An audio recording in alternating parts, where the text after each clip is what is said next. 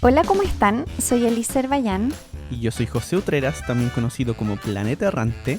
y les damos la bienvenida a Jugo de Ciencia, un podcast de dos astrónomos que hablan de cualquier cosa de ciencia.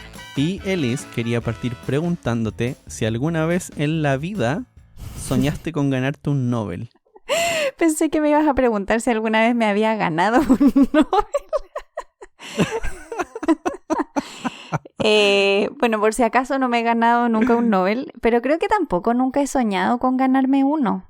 No, ¿No? ¿Nunca? no. ¿Y tú? No, no realmente. Para que vean, nuestras aspiraciones claramente iban por otro lado. Sí. Sí. Pero me lo preguntaba porque me ha tocado conocer niños en algunas charlas que dicen que sueñan con ganarse el Nobel. O he escuchado personas jóvenes diciendo eso. Bueno, yo creo que hay personas que tienen todo tipo de aspiraciones, pero no, mis aspiraciones creo que siempre han sido más cercanas, probablemente. Cuando quería hacer ciencia era como porque quería hacer ciencia, no porque quisiese ganarme un Nobel. Ujú. Lo cual está muy bien. O sea, no sé si Es está muy bastante bien, bueno. no sé si quizá a veces apuntar No, más sí, lo lejos. que sé que está bien porque... No, pero a lo que me refería es que algunas personas dicen que hacer cosas pensando en ganarse un Nobel es un problema, que no ayuda realmente. Puede ser. Hay que pensar mejor en hacer buena ciencia más que en si eso va a llevar o no a un reconocimiento como el Nobel. De ahí la vida te dice si te ganas algo Sí. así o no. Y de hecho muchos de los premios son entregados también a personas que hacen descubrimientos en forma accidental. No sé si accidental es la palabra, pero quizá están realizando una investigación y justo descubren algo como súper novedoso e importante como resultado de eso, sin pensar que eso era lo que iban a hacer. Entonces tampoco es lineal. O sea, no creo que puedas ir desarrollando una investigación y que digas, ya, cuando logre esto me voy a ganar un Nobel. Yo creo que la probabilidad de que pase eso es muy Claro. baja. Sí, creando una línea temporal para decir, entonces en este año me van a dar el Nobel. Ay. Control freak máximo. Sí. De hecho, a esa persona le daría un Nobel por control freak. Pero imagínate la frustración de no lograr el Sí. objetivo. Sí, mejor hay que vivir los desafíos uno a uno y las alegrías una a una. Sí. Bueno, supongo que ya está claro que vamos a hablar de los premios Nobel. Claro, hablamos de los Ig Nobel hace poquito y ahora salieron las premiaciones o salieron los nombres de los galardonados de los Nobel 2021, así que vamos a hablar de los Nobel ahora. Y para empezar, decir un poquito sobre lo que se trata el premio Nobel, antes de mencionar los premiados, los galardonados de este año, hay que partir diciendo de dónde sale el premio Nobel. Y es por una persona. Sí, por una persona, Alfred Nobel y su testamento. Ahí está Y su todo. testamento, justamente. Sí. Porque Alfred Nobel fue un químico e ingeniero sueco que es muy famoso por la invención de la dinamita y además se dedicaba a la fabricación de armamento, de explosivos y cosas así. Sí, de hecho me llamó la atención que en su camino de la dinamita murió su hermano en un accidente. Sí. Bueno, entre otras personas, ¿eh? No fue el único que murió, pero parece que tenía igual una obsesión con este tema de la nitroglicerina y lograr comercializarla. Y de ahí finalmente logró llegar a la dinamita, pero hubieron muchos accidentes en el camino. No sabía que su hermana había muerto por culpa de eso. Eso sale en la página del premio Nobel. Ahí cuentan esa historia. Wow. ¿Y cuentan la historia del periódico? ¿Del No, diario? ¿Del no. obituario? No, obvio que no. Esa parte no está en la página. Porque igual tengo la duda si esa parte es cierta. Claro, porque no deja muy bien a Nobel. Porque en un diario lo confundieron con Alfred Nobel. O sea, pensaron que había muerto él y no su hermano. Uh-huh. Y habían escrito que finalmente había muerto el mercante de la muerte. Sí. Y ahí le vino el miedo de ser recordado por siempre de esa forma. Bueno, en la página del Nobel, del premio, cuentan toda la historia de Alfred Nobel, su vida, su familia y todo. Y la razón, digamos, que encuentran para justificar un poco este deseo de crear el premio Nobel dicen que quizás fue influenciado por una persona que trabajó para él, la condesa Berta Kinsky. Él en algún momento buscó una persona que trabajara para él, que supiera idiomas, que pudiera ser su secretaria y también la encargada de su casa. Y llega esta persona a trabajar con él. No estuvo mucho tiempo trabajando con él, pero parece que siempre siguieron siendo amigos. Y ella se volvió una figura prominente de los movimientos por la paz. Entonces dicen que quizá eso influenció a Nobel. Puede ser. Sí. Y bueno, ahora también eso le da mucho sentido a la creación de uno de los premios. Sí, de hecho, justamente, sí. Claro, porque finalmente lo que hace, motivado por todas estas cosas que ocurrieron en su vida, o a finales de su vida, fue que en su testamento escribiera que parte de su dinero, gran parte de su dinero, se ocupara para galardonar a descubrimientos o invenciones que fuesen en beneficio de la humanidad. Esa era la idea. Sí, pero una cosa que me llamó la atención, porque también en la página del Premio Nobel aparece el texto textual del testamento, y una de las cosas que me llamó la atención es que en la frase donde dice a quién hay que galardonar, dice que el descubrimiento tiene que haber sido desarrollado el año anterior. Me llamó mucho eso la atención porque en general cuando se entregan por cosas que han pasado antes. Y a veces uno piensa como, ay, este año deberían dárselo a tal persona, y nunca sucede en ese momento, siempre sucede después. Entonces yo dije, no están siguiendo el testamento de este hombre. Sí, es que lo han ido cambiando de a poco. Por ejemplo, en el 74 lo cambiaron para que fuese a 3 personas. Y también tuvieron que cambiarlo para que no fuese el año anterior, porque les pasó que una vez le dieron el premio Nobel alguien que había dicho que había encontrado un parásito que curaba el cáncer. Ay, metieron la pata. Investigaciones posteriores descubrieron que no era así. Así que se dieron cuenta que necesitaban tiempo, de manera que el paso del tiempo demostrara si es que estaban en lo correcto o no. Tiene sentido. Claro, más o menos la idea va en que en el momento en el que se hace seguro, más seguro que ese descubrimiento es correcto, es cuando son un candidato fuerte al Nobel. Bueno, acá en el testamento dice también entonces que, porque esto se basa en los intereses del capital que él dejó. Entonces los intereses se dividen en 5 partes iguales. Una que originalmente eran para personas individuales. Entonces un quinto era para una persona que hubiese hecho un gran descubrimiento o alguna invención en el campo de la física. Otro para la química. Otro para la fisiología o la medicina, uno para la literatura, y el último quinto era para, decía, la abolición o reducción de ejércitos, o la promoción de la paz, o ayudar a que los estados tuvieran buenas relaciones. O sea, básicamente para la paz. Ese es el premio actual del Nobel de la Paz. Sí. Un premio muy controversial. Bueno, es que igual quizá es el más... No que los otros no sean complejos. Yo creo que todos siempre es difícil saber a quién entregárselo. Sí. Pero además creo que esta definición es bien amplia. Porque, no sé, que los estados se lleven bien o que deje de haber guerra. Igual son cosas bien que pueden ser interpretadas de muchas maneras, creo yo. Sí, es cierto. Sí, decía también específicamente que la nacionalidad de la persona no tenía que importar. También creo que es importante que haya dejado eso escrito. Sí, claro, porque en un principio podrían haber pensado que tenía que darle más favoritismo a gente de Suecia. Claro. Pero no. Aunque eso también trae otro problema más actual, que es en cuanto a la diversidad de los galardonados. Esa cláusula da algunos problemas en cómo se interpreta también. Claro, porque efectivamente dice explícito que se lo tienen que entregar a la persona que crean que se lo merece más. Y eso también es subjetivo. Quien se merece algo más es subjetivo y uno tiende a tener sesgos en eso. Y claro, este testamento no incluía temas de sesgos en su definición. No. Sí, pero vamos a hablar de eso más al final, yo creo.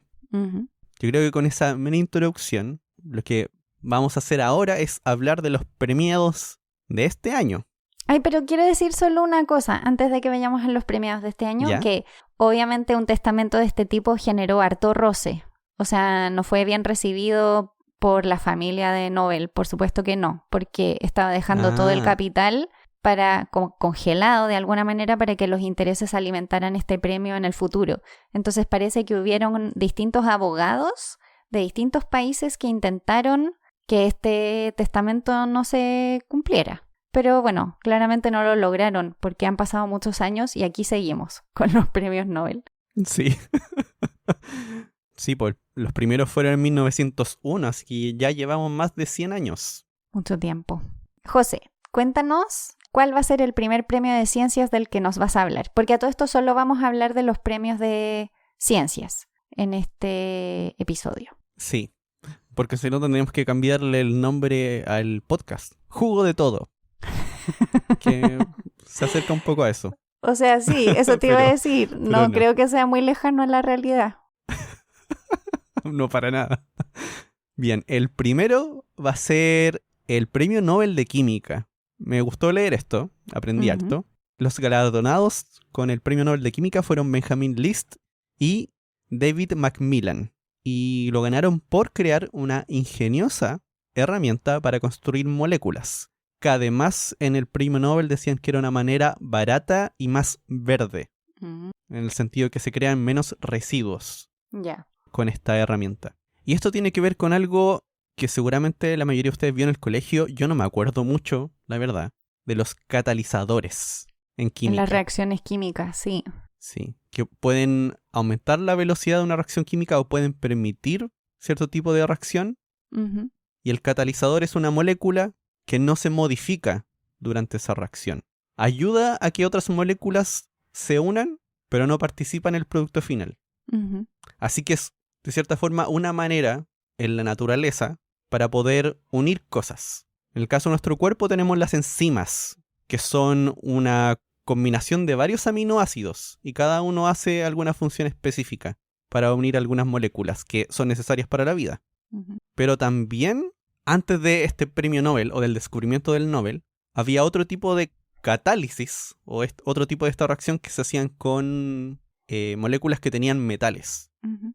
Y eso también puede ser malo como subproducto porque pueden haber metales pesados en la producción de de moléculas. Y cada uno de estos dos personajes, Benjamin List y David Macmillan, estudian esto por dos lados diferentes. Por un lado, Benjamin List estaba pensando si es que en las enzimas que tenemos en nuestro cuerpo, como tienen varios aminoácidos, algo que se sabía es que en algunas reacciones, cuando se unían moléculas, solo algunos de estos aminoácidos, que eran parte de las enzimas, participaban.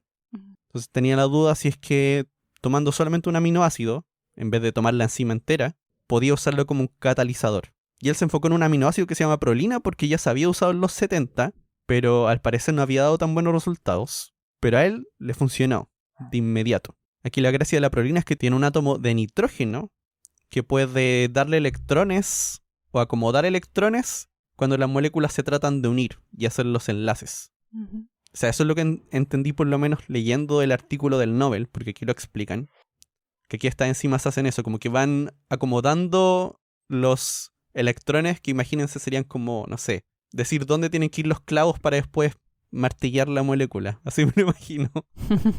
Y por otro lado, David Macmillan estaba estudiando las enzimas que tenían metales, que era lo que estaban haciendo para la industria, pero en la industria no lo estaban ocupando porque el problema de los metales es que se oxidan. Entonces necesitas como un ambiente que tenga poquito oxígeno y humedad para que sea viable hacerlo, porque si no se produce mucho desperdicio o cuesta Ujú. muy caro usarlo. Pero él se dio cuenta que era algo parecido a lo que había hecho Benjamin List, que aquí lo necesario era tener un átomo que diera o pudiese acomodar los electrones. Ujú. Así que también volvió o se fue a ver algunas moléculas un poquito más simples que tuviesen nitrógeno, que justamente tiene esta gracia de que puede hacer esto de ir dando o acomodando electrones.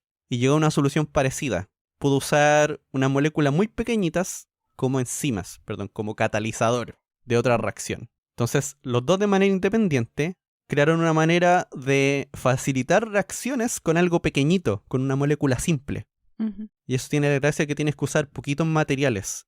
y lo mejor es que son moléculas con elementos livianos. Carbono, nitrógeno, oxígeno, fósforo. Así que no tiene un impacto ambiental muy grande, por eso se dice que es como un premio verde.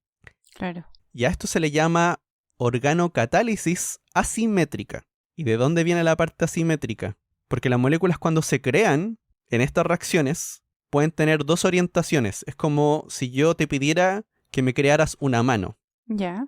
¿Ya? Puedes crear una mano izquierda o una mano derecha.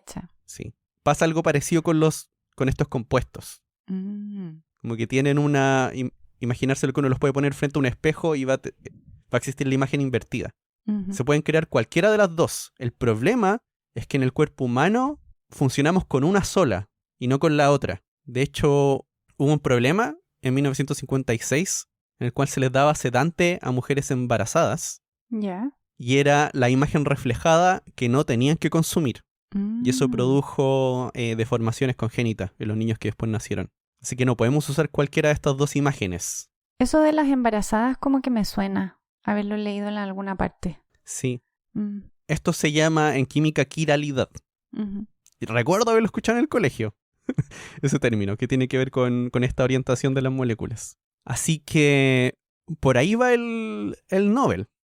Pudieron crear una forma de facilitar reacciones químicas con algo pequeño que no tiene metales o elementos muy pesados y que además crea más de una de estas, ¿cómo se puede decir? De estas especies de moléculas, como que crean un lado más que el otro. Ujú. En este caso tú puedes inclinarlo para que sea el lado que uno necesita. Claro. El tipo de molécula que no le hace mal al cuerpo humano. Ujú. Porque por lo general lo que uno tendría son 50 y 50. Así que tendrías que botar la mitad. Claro, y eso sería, claro, perderías en tu desperdicio, digamos. Sí. Qué choro. Así que tiene muchas cosas, sí. Ya, yo ahora voy a contar un poco del Nobel de Física 2021. Antes de partir, quiero decirles que toda esta información que estamos compartiendo, yo imagino que José la sacó del mismo lugar que yo, que es la página del Nobel. Sí. La página del Nobel, todos los años, cuando salen los galardonados, publica un documento para la prensa, digamos, que es la versión más general del premio, explica en términos más generales por qué se lo ganaron y el descubrimiento que hicieron, para qué sirve. Además, incluye figuras que pueden compartir los periodistas y además de eso, tiene un documento científico que incluye todo el detalle de la historia de cómo se llegó hasta ese descubrimiento y todas las personas que estuvieron involucradas en el camino hasta que se llegó ahí. Entonces es súper útil y muy interesante. Y son documentos además que están súper bien escritos. A mí siempre me impresiona eso, que encuentro que están muy bien escritos. Deben tener, no sé quién escribe esas cosas, pero de verdad me sorprende. Ambos documentos, porque el de la prensa igual encuentro que está súper bien escrito. Es suficientemente específico y suficientemente general a la vez, como para entender. Y las figuras son muy buenas. Y las figuras son súper buenas. Así que los invito a que revisen, no el documento científico en súper detalle, pero métanse en la página, está interesante ver. Y si les interesa alguna persona que ganó un premio en otro año, pueden revisar el histórico y está toda la información hacia atrás. Y dicho esto, entonces vamos a hablar del Nobel de Física. Es que yo lo cuento porque he usado esos documentos para un montón de nuestros podcasts, no solo para el de hoy. Para otras veces también he revisado esos documentos, son muy útiles. Entonces, el Premio Nobel de Física 2021 fue entregado a 3 personas, que como dijo el José es el máximo que pueden recibir. Y en este caso 2 ganaron la mitad y 1 ganó la otra mitad. El tema general es por contribuciones innovadoras a nuestra comprensión de los sistemas físicos complejos. Y eso es como extremadamente general, desde mi punto de vista. Ya. Sí. Con la primera mitad a Syukuro Manabe y a Klaus Hasselmann por el modelado físico del clima de la Tierra, cuantificando la variabilidad y prediciendo de manera confiable el calentamiento global. He aquí el kit de la cuestión. Ellos ganaron la primera mitad. Por el cambio climático. Claro. Y la segunda mitad a Giorgio Parisi por el descubrimiento de la interacción del desorden y las fluctuaciones en los sistemas físicos desde la escala atómica hasta la planetaria. Y uno dice, porque estas 3 personas se lo ganaron juntas. A priori, como que no suena como que tuviese relación, pero tiene toda la relación del mundo. Ah, ya. Entonces, básicamente lo que dicen los Nobel es que los estudios caóticos o aparentemente aleatorios son súper importantes en la vida. Y hay muchas cosas que son aparentemente aleatorias y que entenderlas es extremadamente importante. De hecho, Syukuro Manabe y Klaus Hasselmann lo que básicamente hicieron fue como el fundamento para entender el clima en la Tierra y cómo nosotros, los seres humanos, lo influenciamos, que es extremadamente importante, porque no es solo cómo cambia el clima de la Tierra, sino cómo nosotros estamos asociados a ese cambio. Y históricamente no siempre hemos asumido que ese cambio o que nuestras acciones tenían que ver con cómo cambiaba el clima en la Tierra, y ellos finalmente hacen esa conexión y dicen, hay una conexión directa. Además de todo, creo que es importante que los Nobel reconozcan que nosotros tenemos un impacto totalmente directo en el cambio climático. Es muy importante. Y Giorgio Parisi, en realidad, lo que tiene es todo este desarrollo de la teoría de los procesos aleatorios o estocásticos.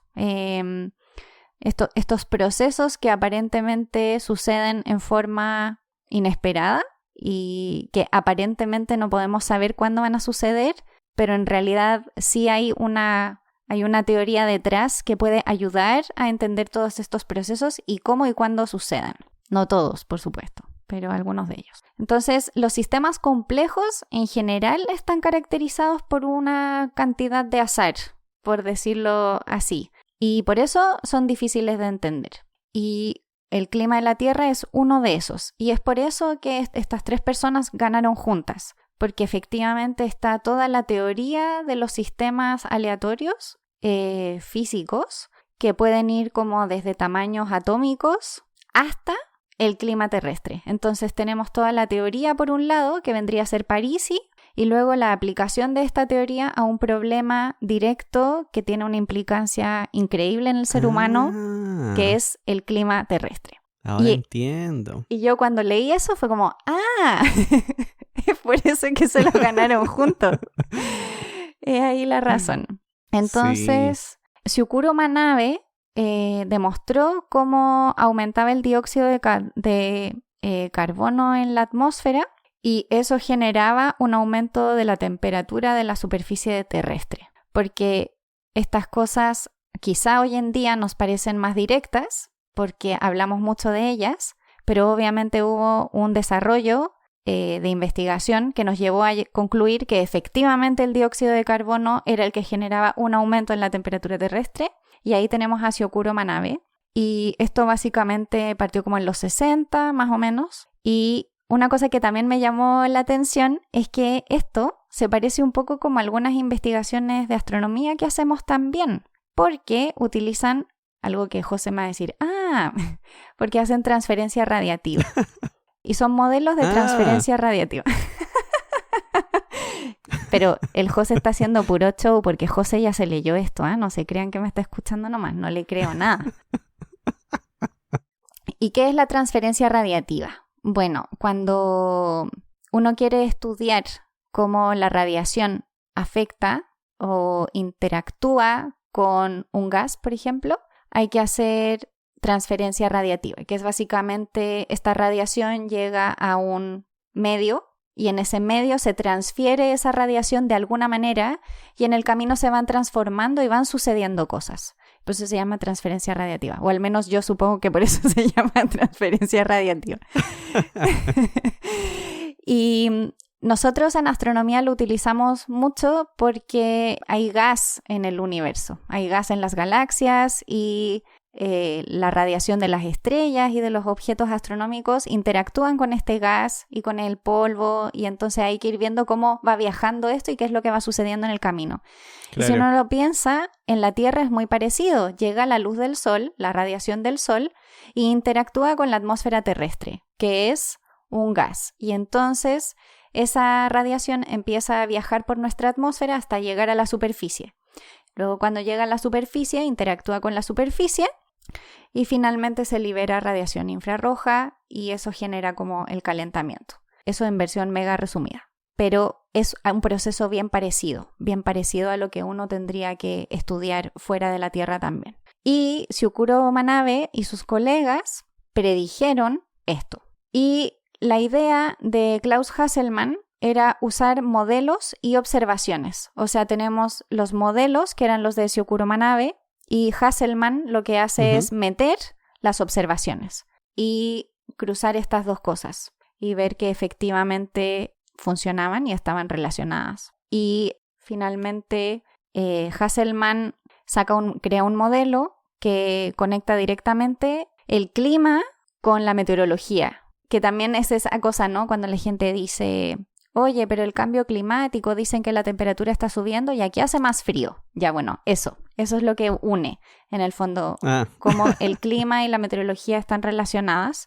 Y a pesar de que la meteorología cambia en forma caótica, o pareciera caótica, está directamente relacionado con ese cambio del clima a nivel planetario. Y finalmente eso lo que logra es que se conecte como el aumento del CO2 con el aumento de la temperatura en la Tierra y con nosotros, que somos los que generamos ese CO2. Entonces ahí se cierra el círculo. Y Giorgio Parisi, más o menos en los años 80, descubrió patrones que estaban como escondidos en materiales que eran complejos y desordenados.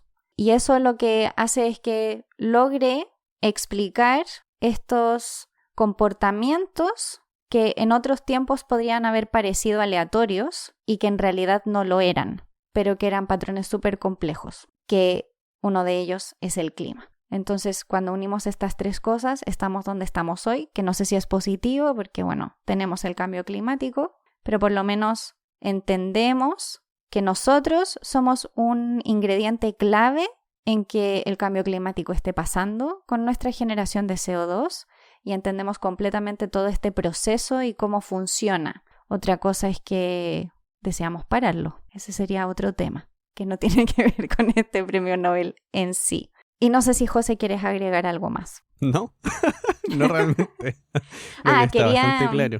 Quería leer como una frase que dijo el chair, el que estaba liderando el comité de física de este año, que se llama Thors Hans Hansson. En la página del Nobel hay una frase que él dijo que es: los descubrimientos que se reconocen este año demuestran que nuestro conocimiento sobre el clima descansa en una base científica sólida que sigue un análisis riguroso de observaciones. Dice, los ganadores de este año, todos han contribuido a que nosotros podamos tener un conocimiento más profundo de las propiedades y evolución de la física de los sistemas complejos. Y esto es algo que me hace un poquito de ruido.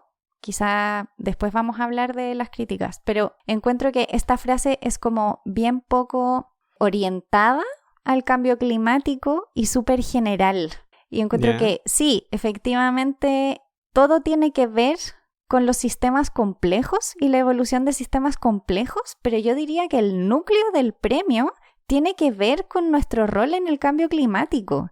Y como que siento que cuando hacen esta cosa como general, y de hecho que fue lo que leí primero, como ¿por qué les dieron el premio?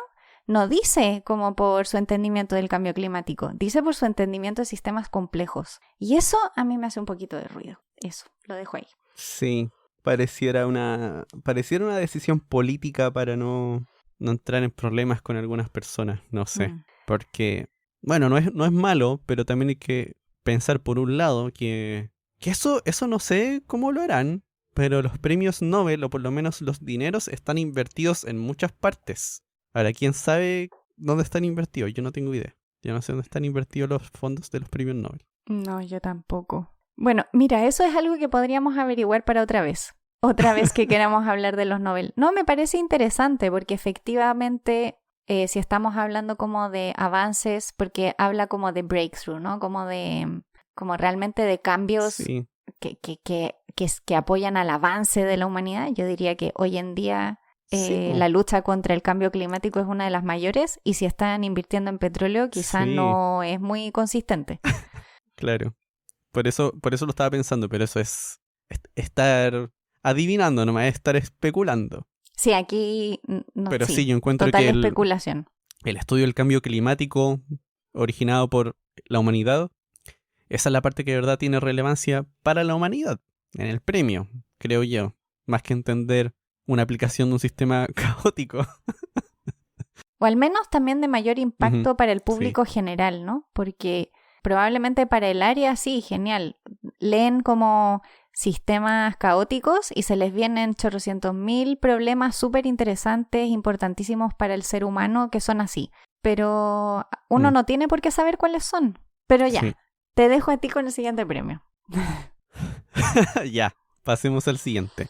El siguiente hoy debo decir que me encantó. Es el de Fisiología o Medicina. Y los galardonados son David Julius y Ardem Patapoutian por sus descubrimientos en los receptores de temperatura y tacto. O sea, ¿por qué sentimos que algo está muy caliente o está muy frío? ¿O cómo sentimos que nos están tocando? Oh, Ahí va. Y la verdad, yo pensaba que esto era algo conocido hace mucho tiempo atrás. O sea, igual estos son investigaciones antiguas. Pero no sé, me lo imaginaba aún más viejo. Esta es la ignorancia total en otras áreas de investigación. Por un lado, David Julius está investigando cómo uno puede percibir que la temperatura es muy alta, ¿ya? ujú. Y lo que usó para eso fue un componente llamado capsaicina, que no sé si lo conoces, Elise. Si conoces la capsaicina, No, no o sé si ni te para qué suena de me algo. preguntas. Obvio que no. Es que a mí me sonaba, porque es un componente activo en los ajís picantes. No, Los nunca ajís había picantes tienen escuchado. capsaicina, ¿ya? Y se sabe que ese es el componente que hace que te dé esa sensación de irritación o ardor. Mm. Y una cosa que yo aprendí experimentalmente, no a propósito, es que esa sensación de ardor del ají, por lo menos, también te puede dar en las manos o en la piel. No necesariamente cuando uno lo come. Si uno manipula mucho el ají, las manos van a comenzar a arder también. ¿Puedo contar una anécdota tuya? No tiene nada que ver con Yo el sé cuál ají estás en pensando, realidad, de hecho ya la contaste. pero tengo Ya que la volver a contaste contarla. en el episodio. Ya dale. Y que me acuerdo, y los que ya lo escucharon, espero que se rían de nuevo. Pero cuando estábamos estudiando en el doctorado, con José, una vez bajamos a almorzar con nuestros compañeros de oficina y no sé por qué fuimos a comer sushi y se les ocurrió echarse la bola de Sí, wasabi a la boca. No lo puedo entender. Hasta el día de hoy pero no lo no fue entiendo. la... estás exagerando la historia. No fue la bola entera de wasabi. Fue solo un poco. Más de lo necesario, bastante más de lo Más de necesario. lo necesario, eso es verdad. Tampoco recuerdo por qué lo hice. Debo ser honesto. No tengo idea. Bueno, pero sigue contándonos por Sí. qué lo sentiste así en ese momento. Entonces lo que hizo Julius y su equipo fue identificar algunos fragmentos de ADN que correspondían a genes que se expresaban en las neuronas, o sea que las neuronas reaccionaban ante el dolor o el calor o el tacto. Entonces aquí la idea era hacer una especie de ensayo y error. Cultivar células, expresar alguno de estos genes de ADN y ver en qué momento reaccionaban a la capsaicina. O sea, en qué momento cuando tú le dabas este agente activo, la célula lo que hacía era abrir una parte de la membrana y dejar que entraran iones, que eso al final es una corriente. Ujú. O sea, ¿en qué momento se generaba una corriente en la célula al estar en contacto con la capsaicina? Y así es como dan con el gen que hace que las células reaccionen en la membrana cuando se encuentran con la capsaicina, que es uno de los genes que al final hacen que las células hagan algo cuando están expuestas a algún agente que después uno interpreta como dolor o como mucha temperatura. O sea que si te quitaran ese gen, no sentirías nada de eso. Claro, sí.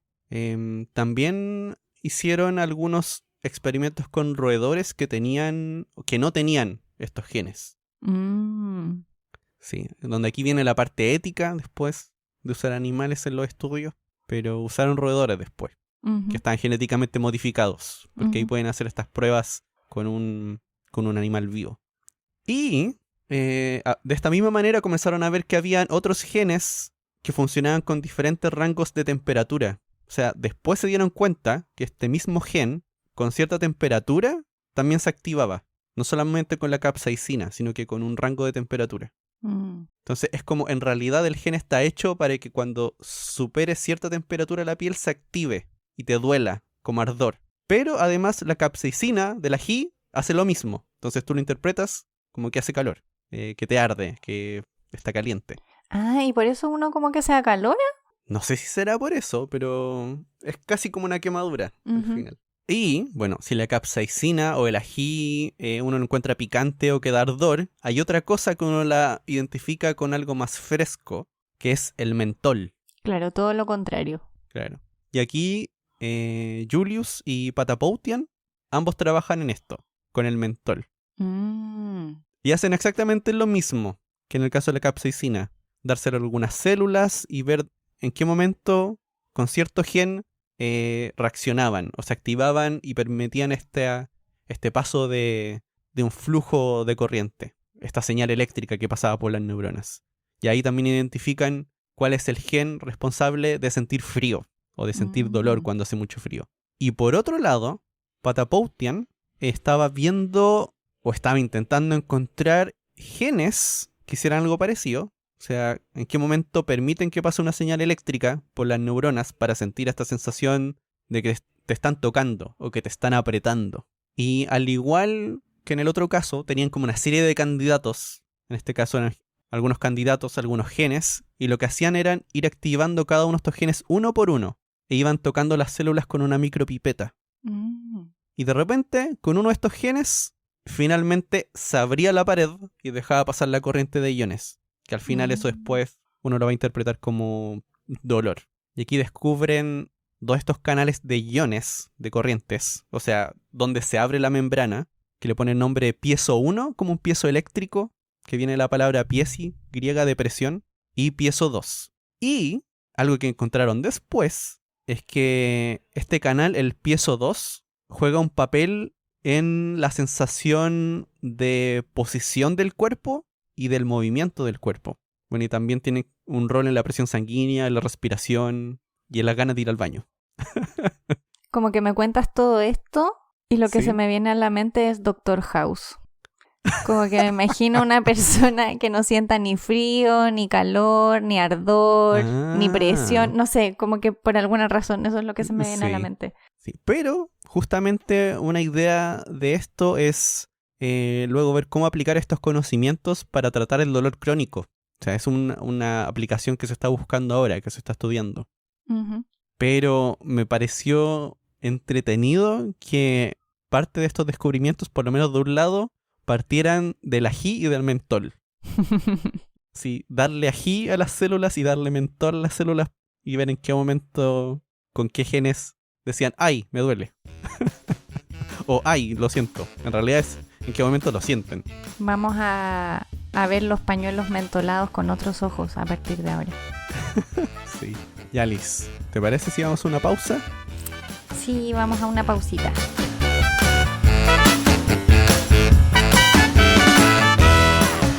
¿Sabías que Mahatma Gandhi fue nominado 5 veces para el Premio Nobel de la Paz y nunca fue galardonado? Fue nominado en los años 1937, 38, 39, 47 y poco antes de su asesinato en 1948. Si bien nunca recibió el premio, cuando el Dalai Lama recibió su galardón, se mencionó que en parte era un tributo a la memoria de Gandhi.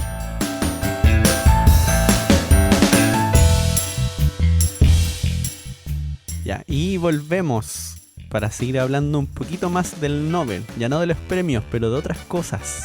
Sí, yo creo que quizá este año cada vez se va notando más que una especie como de incomodidad, ¿no?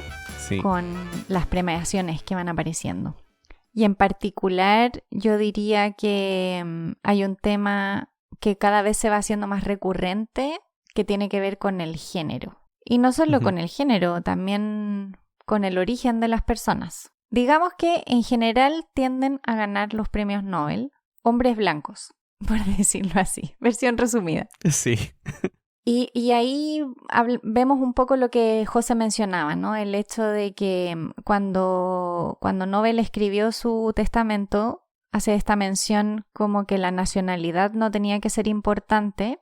Aparentemente él lo escribe en ese momento así porque no quería que fuera para gente sueca nada más. Pero efectivamente una interpretación de eso podría ser que la diversidad no es lo que se está buscando. Y efectivamente la diversidad no es lo que se busca. Uno busca que sean las personas que más lo merecen, pero dado que tenemos tantos sesgos inconscientes en general, cuando uno elige personas, tiende a elegir personas como uno. Eso es lo que uno generalmente hace, o al menos eso es lo que la evidencia muestra. Uh-huh.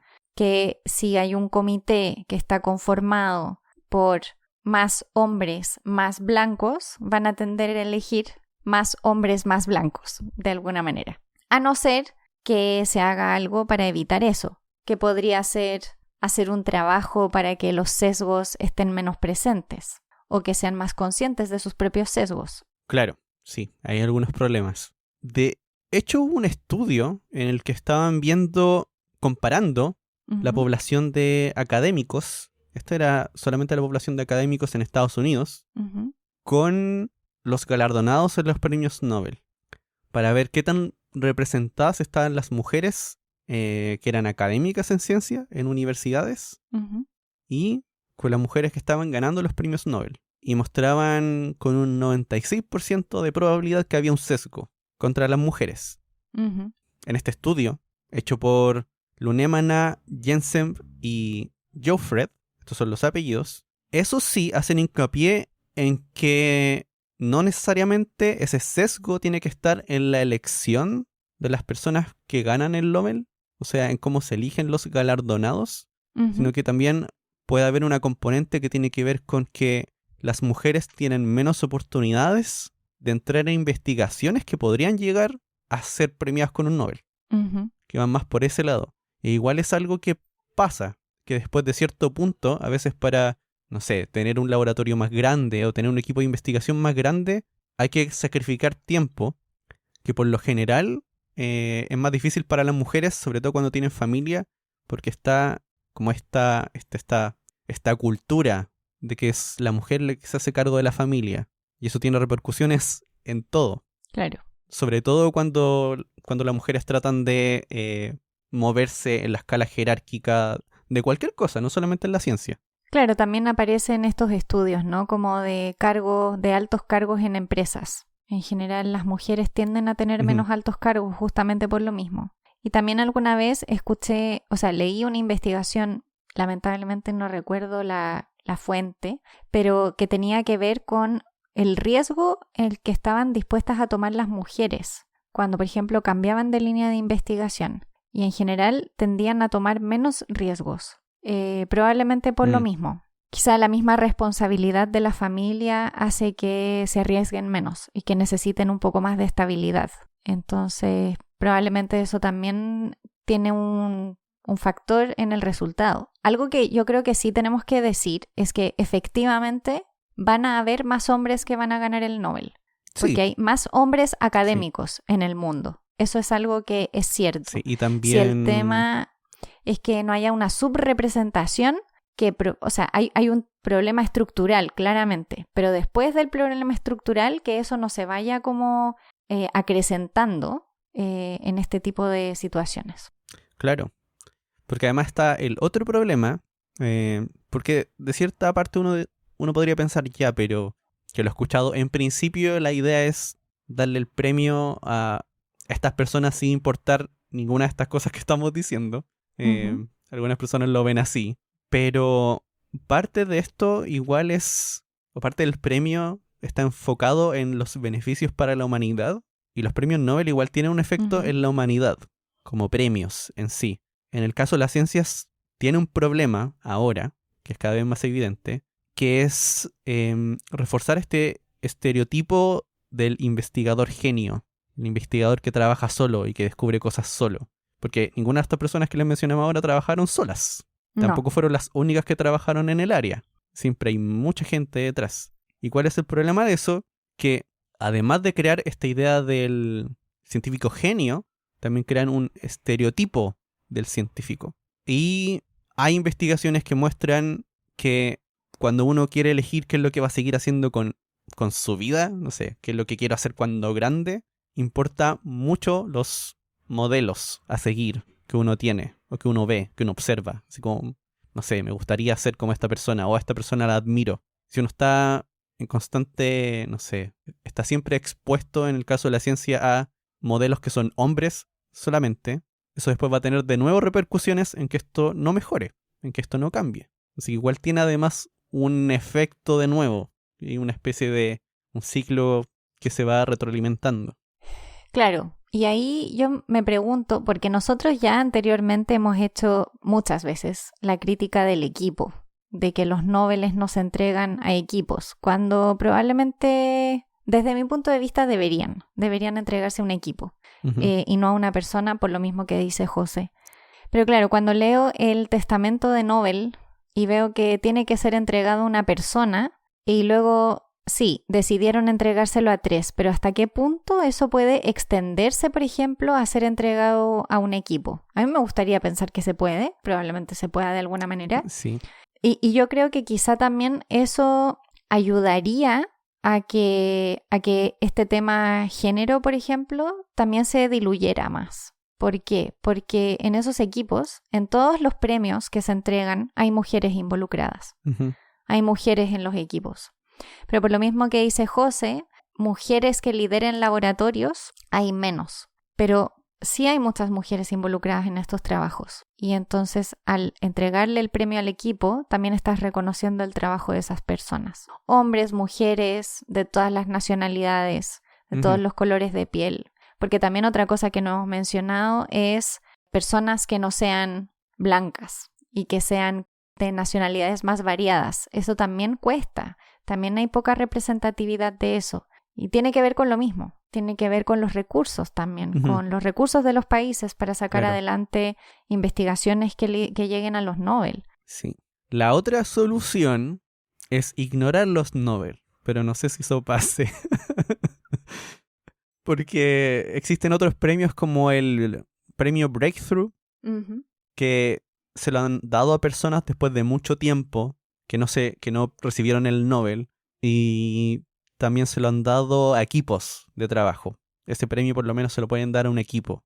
Bueno, hay disciplinas que no les queda de otra que ignorar el Nobel, porque no hemos mencionado nada, pero no existe un Nobel de matemáticas, que también es un tema que mucho. Sí, pero tienen su propio premio. Tienen su propio... Ya, pero es lo mismo, tienes que ignorar el Nobel porque tienes tu propio premio.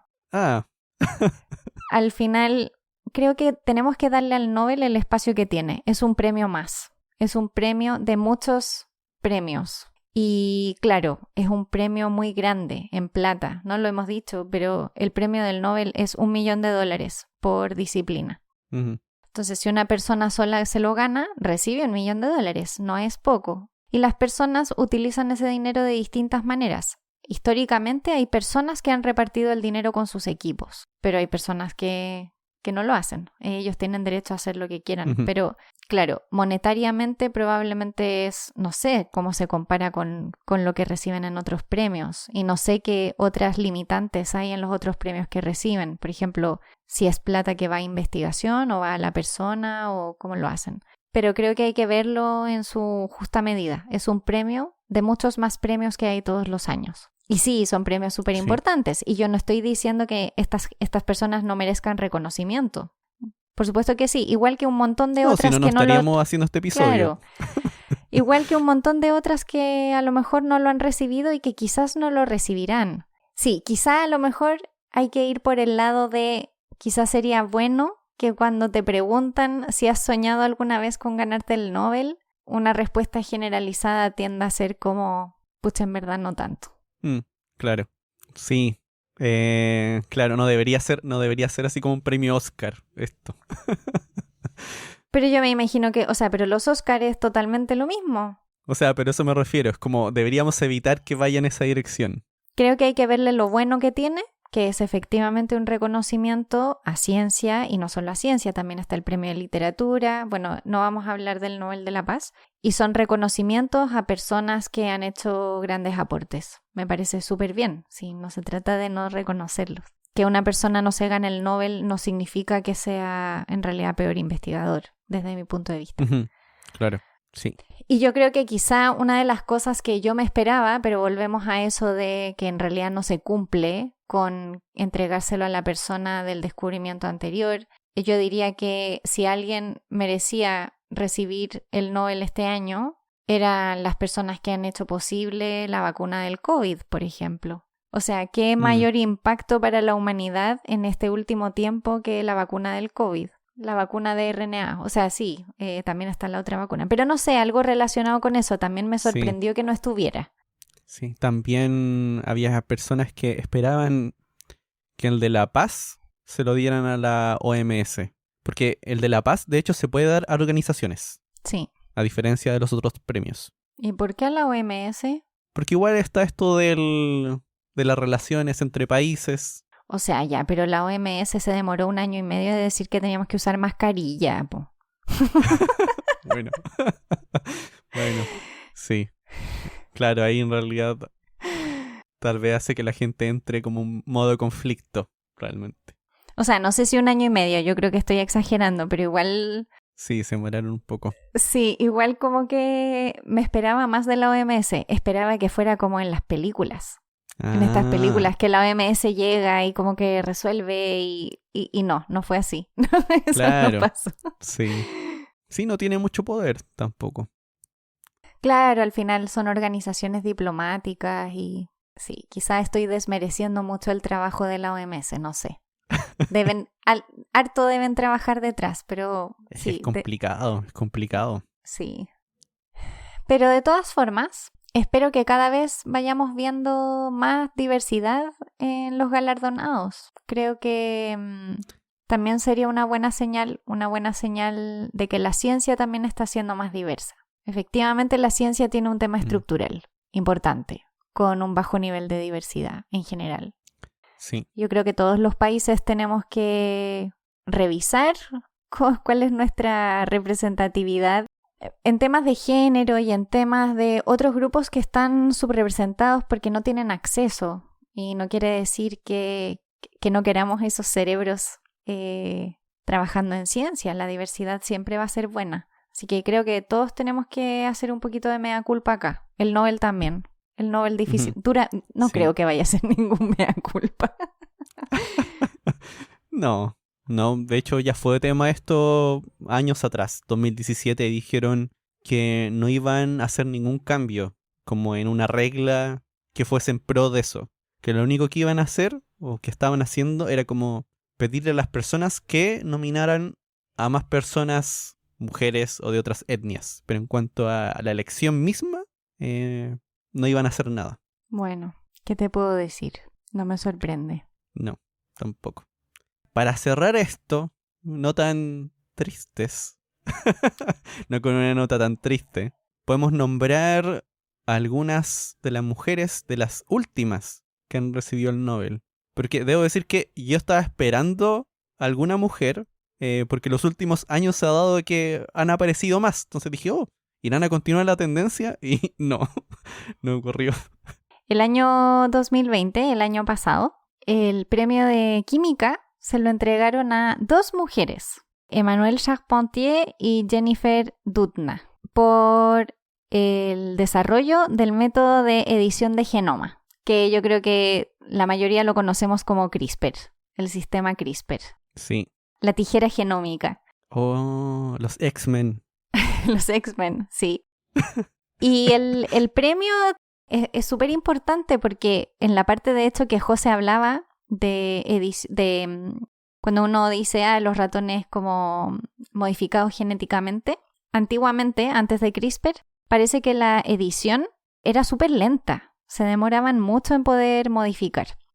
Y este sistema, la tijerita CRISPR, hace que sea mucho menos tiempo. Parece que procesos que eran súper largos ahora se demoran algunas semanas y tienen su edición genética lista. Y la edición genética es clave para nosotros. no me quiero meter en este tema, pero cuando hablamos como de alimentos no modificados genéticamente y todo eso, en realidad sí se utiliza mucho la edición genética para poder tener plantas que resistan a pestes, que crezcan Claro. mejor y para nosotros O que es tengan más súper de una vitamina. importante. También que sean alimentos que tengan mayor concentración de nutrientes, todo ese tipo de cosas. Cosas positivas, no cosas negativas. No pensemos en esa Sí. parte automáticamente.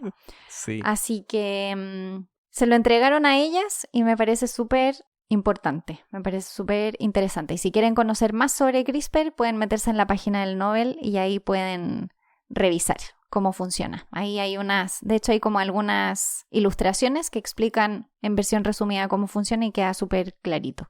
Ya, ahora tú.